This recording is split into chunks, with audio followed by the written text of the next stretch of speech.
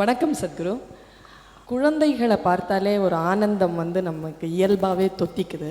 ஏன்னா அந்த குழந்தை ஆனந்தமாகவே இருக்குது. இப்போ நான் ஒரு கல்லூரியில் பேராசிரியராக இருக்கேன். அதுக்கு முன்னால் பள்ளிக்கூடத்தில் ஆசிரியராக இருந்தேன். இப்போ பேராசிரியராக இருக்கிறத விட பள்ளிக்கூடத்தில் ஆசிரியராக இருந்த அந்த அனுபவம் ரொம்ப ஆனந்தமான அனுபவமாக எனக்கு அவர் அவ்வளோ பிரச்சனை கொடுக்க மாட்டாங்க. இங்கே காலேஜில் அவங்க உயிரெடுப்பாங்க. என்னுடைய கேள்வி இப்போ சமீப காலமாக அந்த ஆனந்தம் அந்த குழந்தைகளுடைய உலகத்திலிருந்து பறிக்கப்பட்டுருச்சோ அப்படிங்கிற ஒரு ஒரு ஒரு அச்சம் இப்போ வந்திருக்கு. ஏன்னா இந்த குழந்தைகள் கிட்ட அந்த பதட்டம் வந்துருச்சு. வன்முறை கலாச்சாரம் அந்த குழந்தைகள் கிட்டையும் இப்போ வந்துருச்சு. இப்போ உடனடியாக நமக்கு இருக்கக்கூடிய சிஸ்டமில் எந்த மாதிரியான மாற்றங்களை ஏற்படுத்துவதன் மூலமாக அந்த குழந்தைகள் உலகத்தை காப்பாற்றி அவர்களுக்கு அந்த ஆனந்தத்தை திருப்பி கொடுக்க முடியும், வன்முறை கலாச்சாரத்தை அந்த குழந்தைகள் மத்தியிலிருந்து காப்பாற்ற முடியும்னு நினைக்கிறீங்க சத்து? நாம் குழந்தை எப்படி நம்ம உலகத்தில் நம்ம சமூகத்தில் வளர்த்தணும்னு கொஞ்சம் புரிஞ்சுக்கிற ஒர்க்கு கொஞ்சம் புது குழந்தை பண்ணாமல்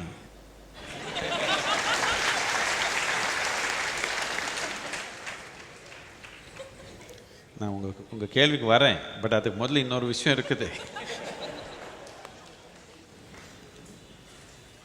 நம்ம உலகத்து ஜனத்தொகை இந்த 100 வருஷத்துக்கு முன்னாடி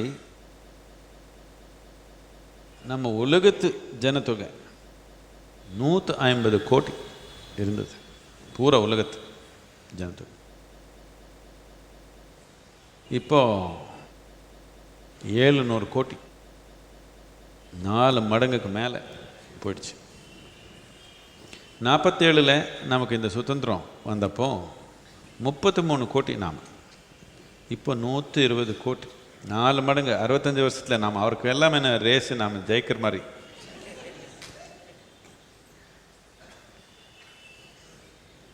இது இந்த ஹாலில் கூட்டமாக இருக்குதுன்னு மட்டும் நான் சொல்லலை. 47 நமக்கு சுதந்திரம் வந்தப்போ ஒரு தனி மனிதனுக்கு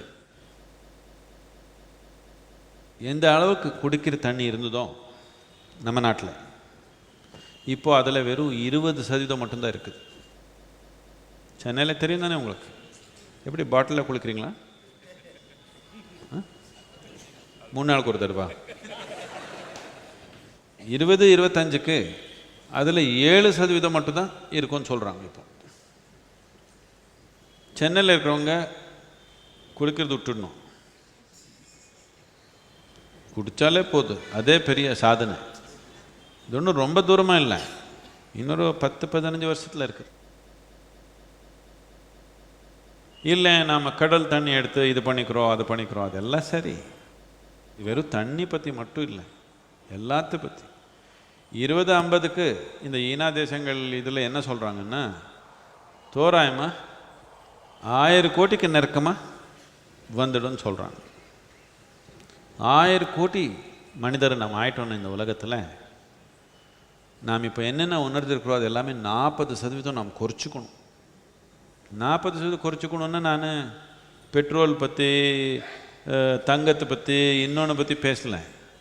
உணவு, தண்ணி, காற்று 40% குறைச்சிக்கணும். நாம் ஒரு நிமிடத்தில் ஒரு தோராயமாக 15 மூச்சு எடுத்திருக்கீங்க. 40% குறைச்சி பாருங்கள் எப்படி இருக்கும்னு. நம்ம குழந்தை வாழ்க்கை இப்படி தான் இருக்க போகுது. இது தெரிஞ்சு நாம் ஃபர்டிலிட்டி கிளினிக் போட்டு குழந்தை மேலே குழந்தை, குழந்தை மேலே குழந்தை பண்ணியே இருந்தால் என்ன இதுன்னு. இப்போ அதுக்கு மேலே குழந்தை அன்பாக இருக்கணும், மலர் மாதிரி இருக்கணும், எப்படியா இருப்பாங்க. இந்த சிட்டியில் இருந்துட்டு தரையில் கால் வைக்கிறதுக்கு இடம் இல்லாத வாழிட்டு அவனு ஆனந்தமாக இருக்கணும், இயற்கையில் ஒன்றியாக இருக்கணும். இயற்கைன்னா என்னன்னே புரியல அவனுக்கு. அவனுக்கு ஆட்டோ ரிக்ஷாவில் மூச்சு இது வெளியே வச்சு சுவாசிக்கிறான். மித்ததெல்லாம் உள்ள சிக்கி போயிருக்குது, இது மட்டும் வெளியே வச்சு சுவாசிக்கிறான். இப்படி தானே போகுது. இப்படி பண்ணிட்டு குழந்தை மலர் மாதிரி இருக்கணும், ஆனந்தமாக இருக்கணும், அப்படிலாம் நடக்காது. கொஞ்ச நாள் என்னென்னமோ பண்ணி யோகா சொல்லி கொடுக்கலாம், உணவு கொடுக்கலாம், மிட் டே மீல் கொடுக்கலாம், கொஞ்சம் அப்படி இப்படி பண்ணிக்கலாம். பட் இன்னும் கொஞ்சம் அதிகமாகிடுச்சுன்னு என்ன கொடுத்தாலும் வேலை பண்ணாது. அப்படிதானே? எதே கொடுத்தாலும் வேலை பண்ணாது. அதனால நம்ம குழந்தை பற்றி நமக்கு எதனால ஒரு எண்ணம் உணர்வு இருந்தால், இந்த கொசுக்கு சொன்னேன் இல்லையா, கொசுக்கு ஒன்று என்னென்னா சாப்பிடணும்னு புரியாது, இன்னொன்று என்னென்னா அதோடைய இனப்பெருக்கிற செயல் நடக்காது. அதுக்கு அந்த மாதிரி ஒரு ஸ்ப்ரே வேணும் நமக்கு. இப்போ இன்னொருத்தர் அடித்தா நல்லா இருக்காது, இன்னொருத்தர் அடித்தா நல்லா, நமக்கு நாமே. இது நமக்கு இப்போ புரியல. என்ன இயற்கை பண்ண போகுது இந்த வேலை நமக்கு. இயற்கை பண்ணப்போ ரொம்ப கடினமாக நடக்கும். அடுத்த தடவை ஏதோ ஒரு 50 வருஷத்துக்கு அப்புறம் ஒரு சுனாமி வந்தால் 1,00,000 பேர் இருக்க மாட்டாங்க, 1 கோடி இருப்பாங்க. என்னதுக்கான அங்கே கடைசியில் கடல் 5 அடிக்கு வரைக்கும் வீடு கட்டியிருப்பாங்க. இது ஒன்றும் குறைக்கலன்னா இது பண்ண முடியாது. ஏதோ கொஞ்சம் அட்ஜஸ்ட்மெண்ட் பண்ணிக்கலாம், யோகா சொல்லி கொடுக்கலாம், கொஞ்சம் உணவு கொடுக்கலாம், ஈசா யோகா மையத்துக்கு கொண்டு போய் நேச்சர் அவேர்னஸ் கேம்ப் பண்ணிக்கலாம். இது எல்லாமே சும்மா ஒரு 5 வருஷம் 10 வருஷம் இன்னும் 20 வருஷம் நடக்கலாம். அதுக்குள்ளே நம்ம ஜனத்தொகை ரொம்ப தாண்டிடுச்சுன்னா ஏது பண்ண முடியாது. அந்த சூழ்நிலைக்கு ரொம்ப வேகமாக போகிறோம். நான் இங்கே சென்னையில் இறங்கினப்போ இல்லை இந்த ஃபர்டிலிட்டி கிளினிக் பார்த்தா எனக்கு எப்போ நமக்கு மூளை வளரும்னு தெரியல எனக்கு. ஐயோ குழந்தை வேண்டாமா? குழந்தை வேண்டான்னு சொல்லலை நான். 28க்கு இறந்துருந்தீங்க இந்த நாட்டில், இப்போ 63 வரைக்கும் இருக்கிறீங்க. ஒரு 10 வருஷம் விட்டுட்டு பண்ணிக்கலாமே. 28க்கு இறக்குறீங்கன்னு போய் 14க்கே குழந்தை பண்ணீங்க. அப்போ இப்போ 63 70 வரைக்கும் வாழ போகிறீங்க. கொஞ்சம் 10-12 வருஷம் விட்டுட்டு பண்ணிக்கலாமே. உங்களுக்கு கொஞ்சம் மூளை வளரட்டுமே குழந்தை வர்றதுக்கு முன்னாடி.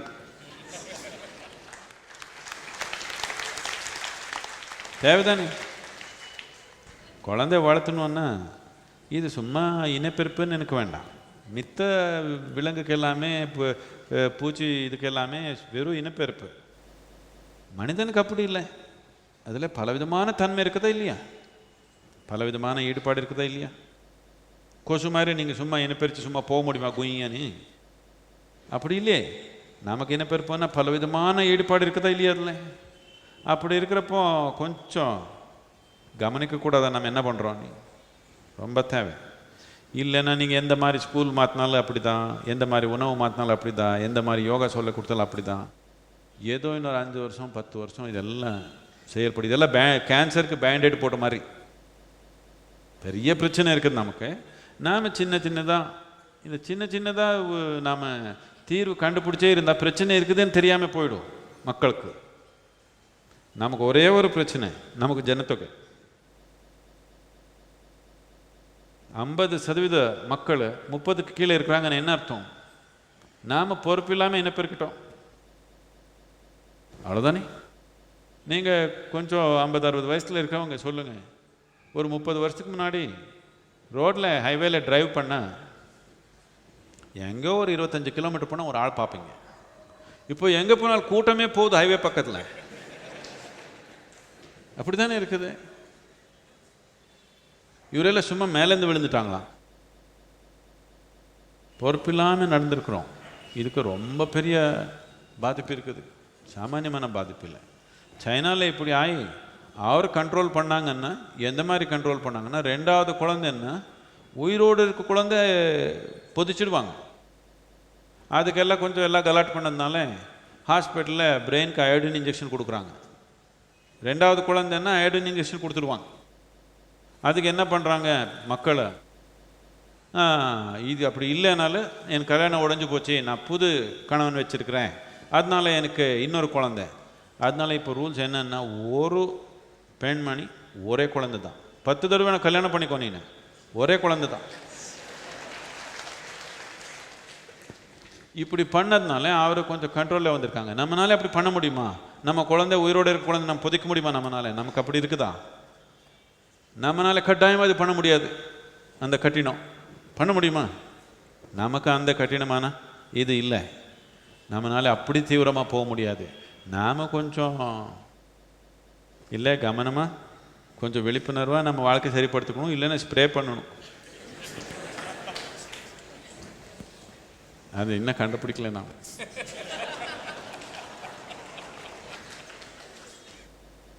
அவர் பண்ணாதானே நல்லாயிருக்கும். இன்னொருத்தர் சொன்னால் அசிங்கமாயிடும்.